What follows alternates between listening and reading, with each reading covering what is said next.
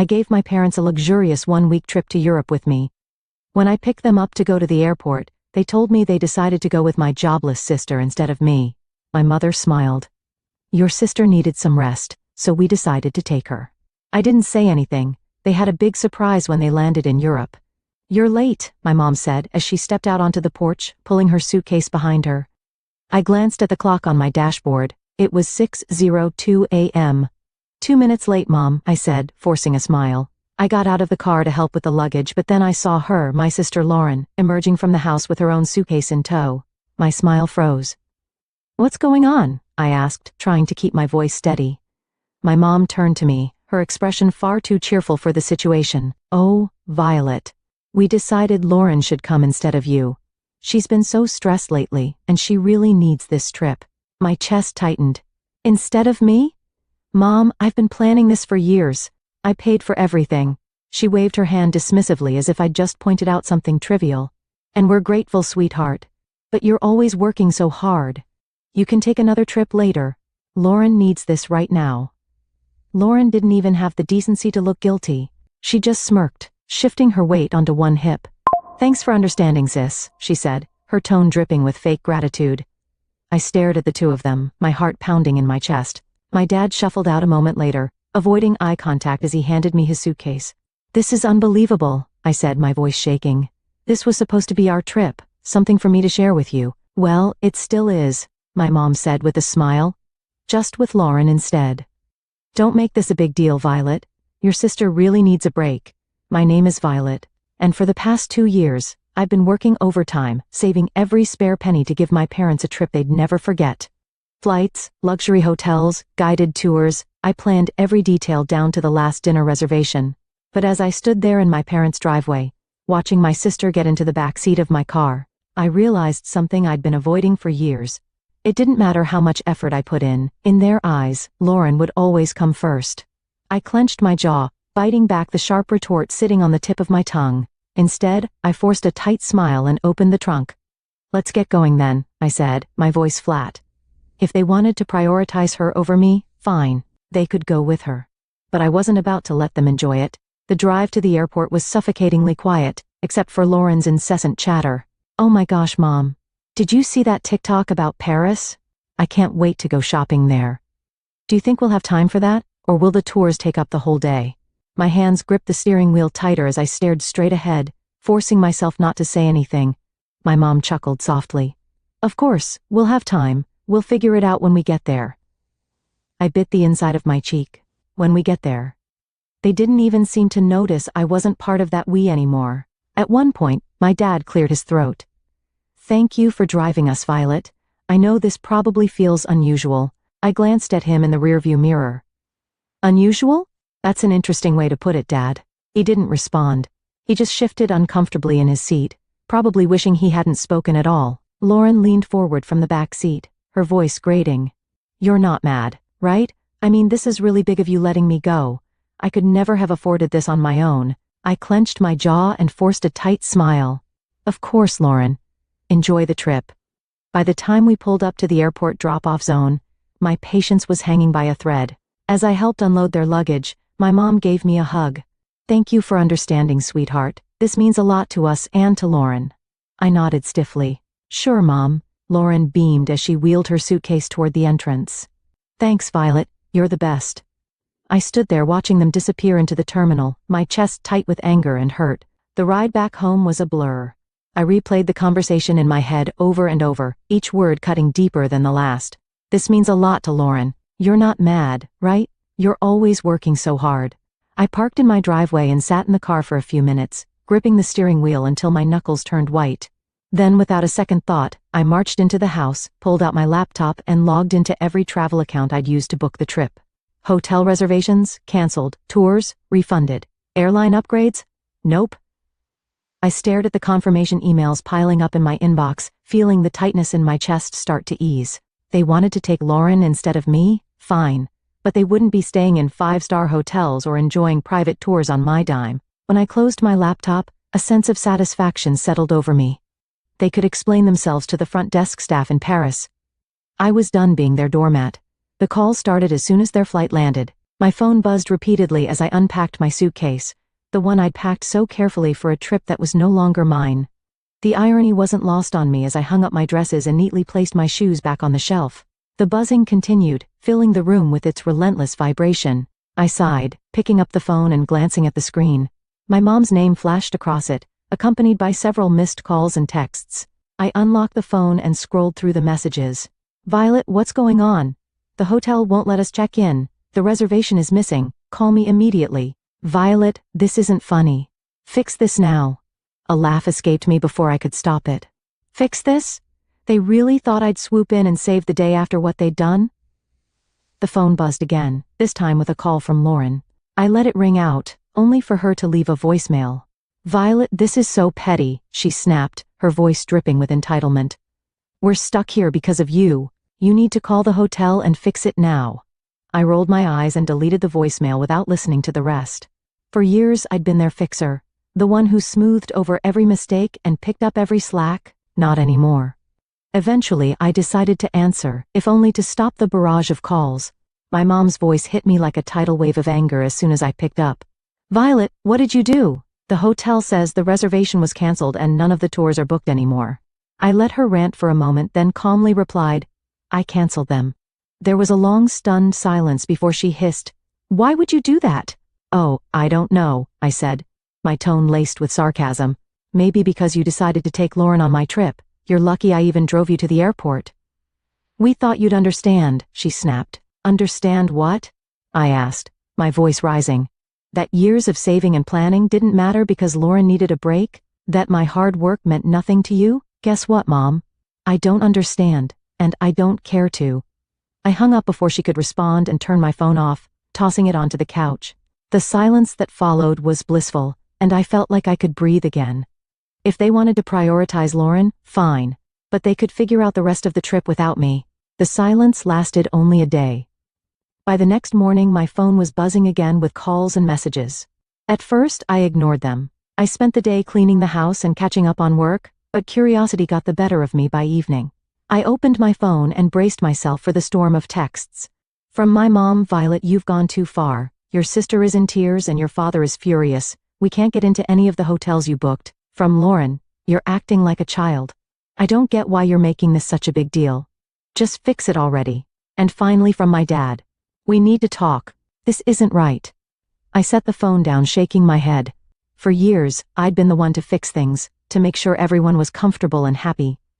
Now that I'd taken a step back, they didn't know how to handle it. I poured myself a cup of tea and sat down at the kitchen table, letting the anger simmer. How dare they expect me to clean up their mess? How dare they act like I was the one in the wrong? The next call came minutes later, and this time I answered, "Violet." My mom barked before I could say a word. "This isn't funny anymore. We're stranded. Do you have any idea how embarrassing this is?" I took a slow sip of my tea. "Embarrassing? You think this is embarrassing? Try saving for years, planning every detail, and then being told you're not even part of the trip you paid for." "Stop being dramatic," she snapped. "Lauren needed this more than you. And now she can figure it out," I said firmly. "You made your decision, Mom. You wanted to take Lauren instead of me? Fine. But don't expect me to fund her vacation. We're family," she hissed. "We don't do this to each other." I let out a bitter laugh. "Funny, I was just thinking the same thing." Lauren's voice came through the background, whining, "Mom, just hang up on her. She's being impossible." That was the final straw.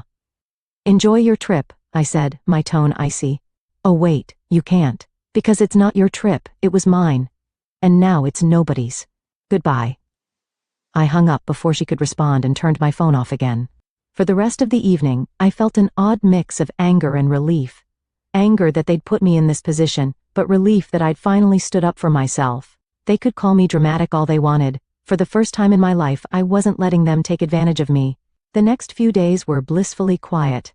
With my phone turned off, I finally had space to think clearly, free from the barrage of guilt trips and accusations. I spent my mornings sipping coffee on my back porch, enjoying the calm I'd craved for so long. My afternoons were filled with work and catching up on little projects I'd been putting off, things that reminded me how capable I was when I wasn't bogged down by their endless demands. But by the third day, curiosity got the better of me. I turned my phone back on to find over a dozen voicemails waiting for me. The first few were from my mom. growing increasingly hysterical with each one. Violet, you need to call me back right now. This has gone too far. I can't believe you're doing this. You've humiliated us. We're your parents. How could you treat us this way? Then came Lauren's messages, full of the same entitled tone she'd always used. This is so petty even for you. You're ruining everything. Just fix it, Violet. And finally my dad's voice, quieter, but no less pointed. Violet, I don't understand what's happened to you. Call us back so we can sort this out. I hesitated before listening to the final voicemail, a long one from my mom. Her voice was quieter this time, tinged with frustration and exhaustion. Violet, she began, we're back at the airport now. The trip is ruined, and I hope you're happy with yourself.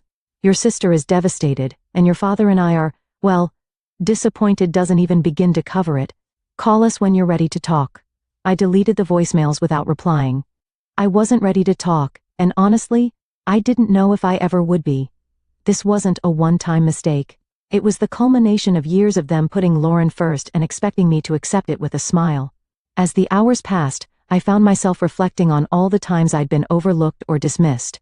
Every holiday where Lauren's whims dictated the plans. Every family gathering where my accomplishments were treated as afterthoughts.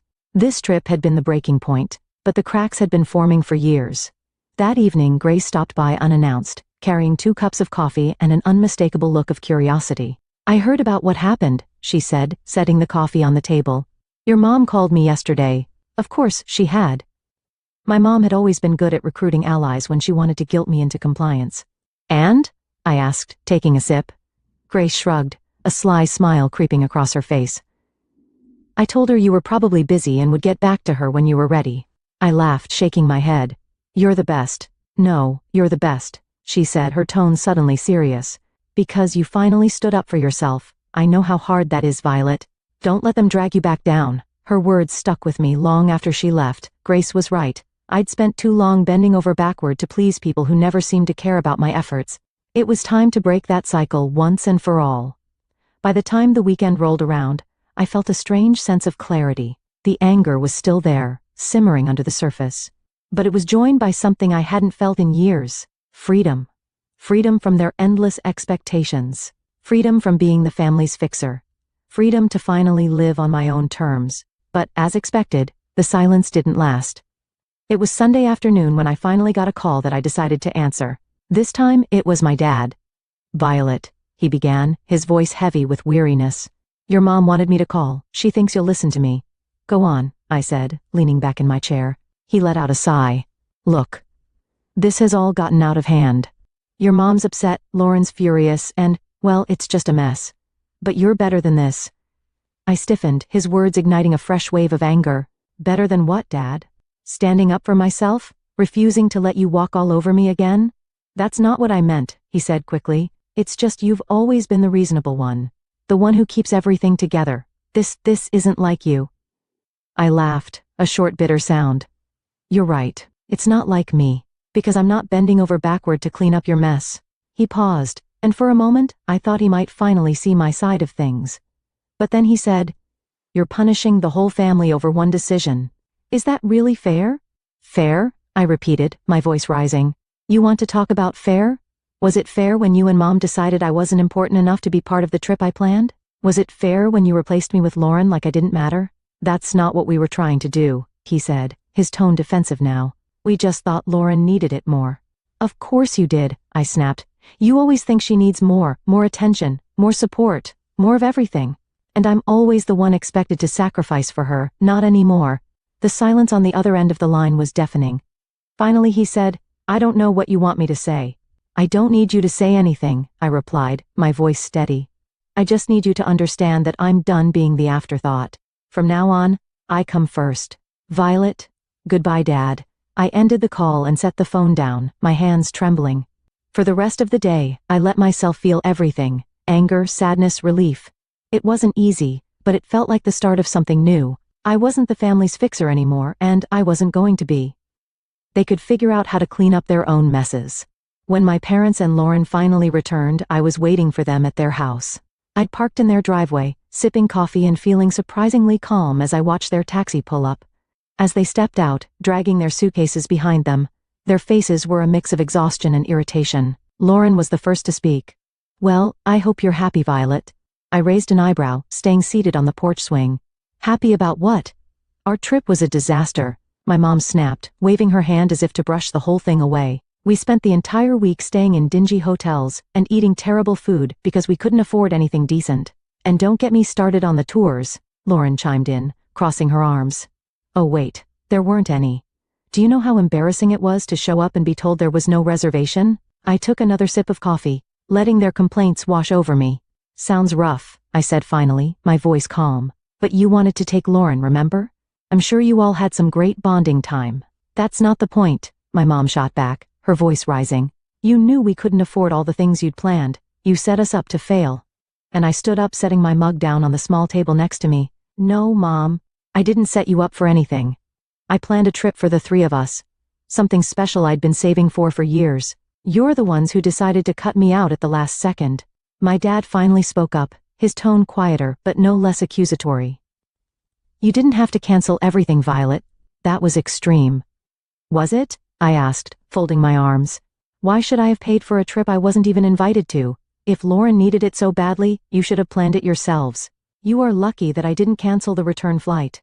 Lauren rolled her eyes. You're so dramatic. It's just money, Violet. And you're so entitled, I shot back, my patience finally snapping. Do you have any idea how much work and sacrifice went into planning that trip? Or do you just assume things magically appear for you because someone else takes care of it? They stood there, stunned into silence for a moment. I've spent years being the responsible one, I continued, my voice steady but firm. The one who fixes things, plans things, makes sure everything runs smoothly. And you've spent just as long taking it all for granted. That's not fair, my mom started, but I held up a hand to stop her. No, Mom. What's not fair is how you treated me. You chose Lauren over me like always, so I chose to stop being your doormat.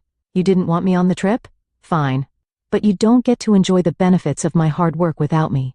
I grabbed my bag from the porch swing and turned to leave. I'm glad you're back safely, but don't expect things to go back to the way they were.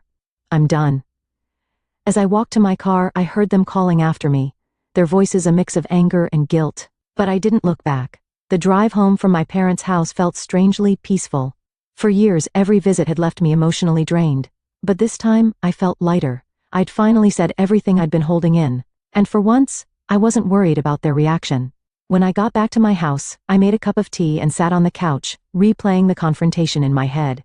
They'd been so sure I'd fold, that I'd give in like always. But watching their stunned faces as I walked away was a reminder of how much I'd changed. They could be angry, hurt, or embarrassed. It didn't matter anymore. I was done living my life to meet their expectations. The next day, I got a call from Grace. How'd it go? She asked, not bothering with pleasantries. I laughed, leaning back against the kitchen counter. Exactly like you'd imagine.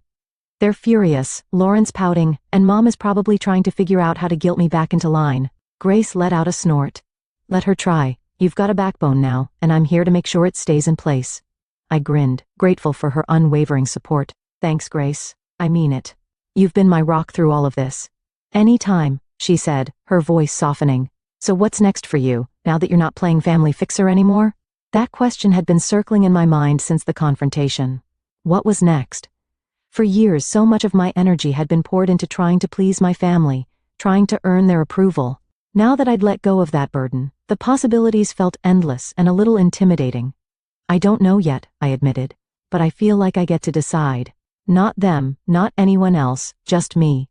Sounds like the start of something amazing, Grace said.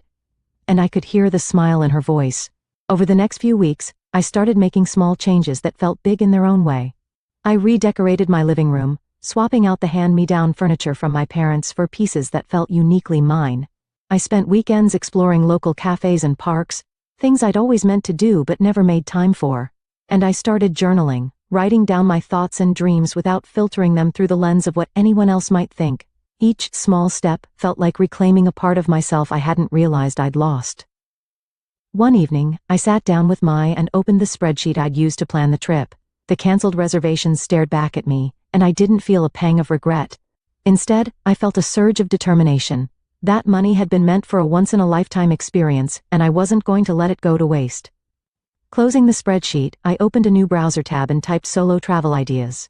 A few weeks after my parents' return, I booked a solo trip to Italy. It wasn't the same itinerary I'd planned for them, and it wasn't about proving a point anymore. This was for me, a chance to celebrate my independence and finally put myself first. The moment I landed in Rome, I felt a surge of excitement and nervousness. I'd never traveled alone before, but as I stepped out of the airport and into the bustling city, I knew I'd made the right decision.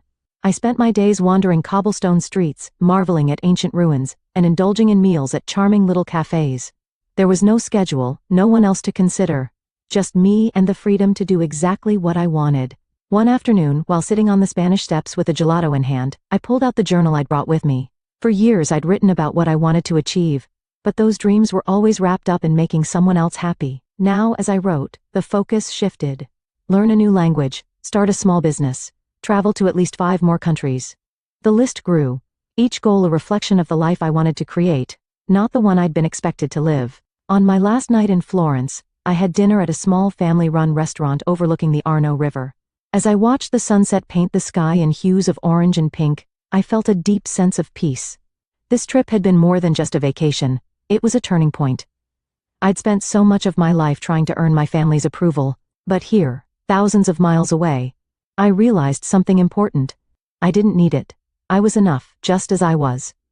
When I returned home, my parents tried to reach out again, this time with softer tones and carefully worded messages. "Hope you had a nice trip," one text from my mom read. "Maybe we can all talk soon?" I stared at the message for a moment before setting my phone down. I wasn't ready to reply, and that was okay. This time, it would be on my terms. As I unpacked my suitcase and placed souvenirs on my shelves, I felt a sense of pride. A week after returning from my trip, I received a call from my mom. This time, I answered.